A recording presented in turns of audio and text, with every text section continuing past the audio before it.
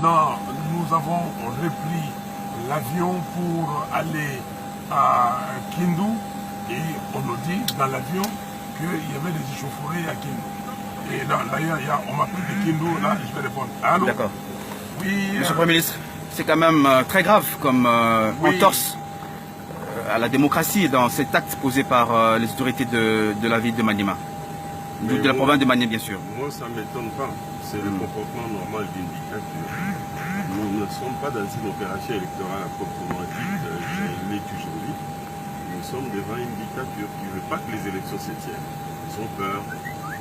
On sait qu'ils avaient le contrôle de la situation sur le terrain, qu'ils avaient la population avec eux. Et voilà maintenant qu'ils réalisent que les choses sont en train de changer. Ils sont complètement perdus. Voilà, donc on a des résolus avec pièces.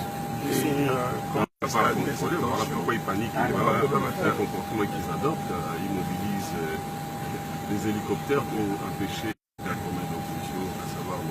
Fayou. C'est la panique dans notre pays. Voilà. Donc voilà, je viens d'avoir Kindu de nouveau. Je disais que nous étions à Bouta. On voulait décoller pour aller à Kindu. Et là, on nous a que la situation est extrêmement grave.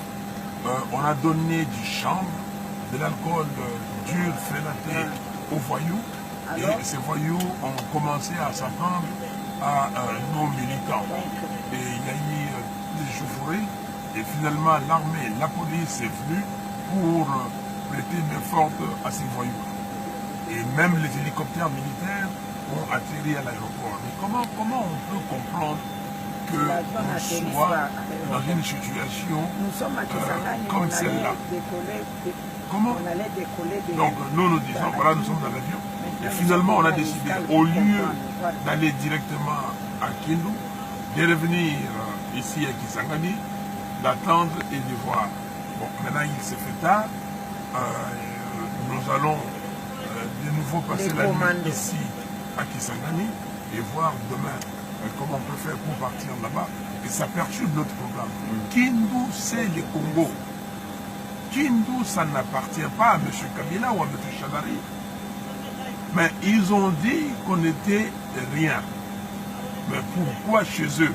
Mais si Kindu, c'est chez eux, ils n'ont qu'à dire aux gens de ne pas aller accueillir Martin Fayulu et sa délégation.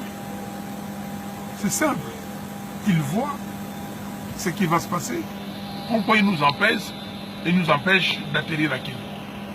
Nous disons, voilà, mais nous allons continuer la campagne et pour nous, le peuple congolais est en train de décider, ou il a déjà décidé, et nous allons gagner cette élection parce que la vérité est toujours du côté du peuple. Rossi a dit, son assertion, Rossi a dit, le peuple gagne toujours et le peuple congolais gagnera. Kabila et sa bande n'arriveront jamais à bout de la volonté du peuple congolais. Est-ce que qu'est-ce que vous dites à la population de Kindu, de Maniema, qui vous attendait depuis les premières heures du matin? Est-ce que vous serez là ou pas? Aujourd'hui, ça devient hypothétique parce que ça fait depuis plus de 3 heures que cette situation règne à Kindu. Alors donc, et il est quelle heure maintenant? Il est 16h15. 16h15, prendre l'avion, aller atterrir dans cette ambiance du chaos. Et nous pensons que nous attendons d'abord et voir demain matin, on doit reprogrammer les choses parce que demain, on devait être à Bukavu.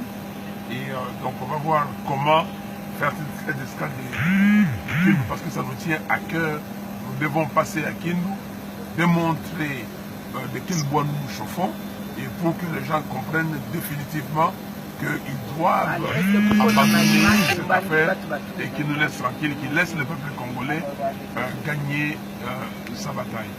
Voilà, merci beaucoup M. Martin Fayulu. Mesdames et messieurs, vous nous suivez partout dans le monde. Nous sommes ici dans le jet privé avec le candidat commun, numéro 4, Martin Fayulu. C'est comme